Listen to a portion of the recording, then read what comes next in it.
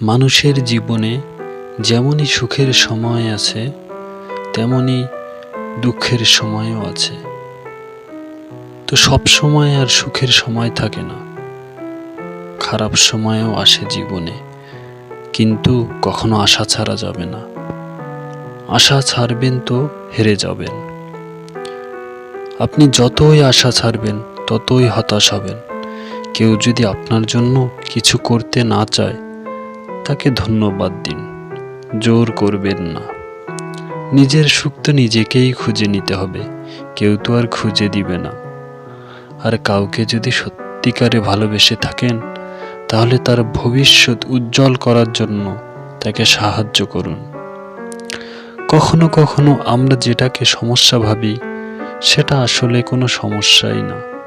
সমস্যা তো সেটাই যেটা নিয়ে আমরা অতিরিক্ত চিন্তা করি। তাই অতিরিক্ত চিন্তা করা বাদ দিন, শুধু ধৈর্য ধরুন।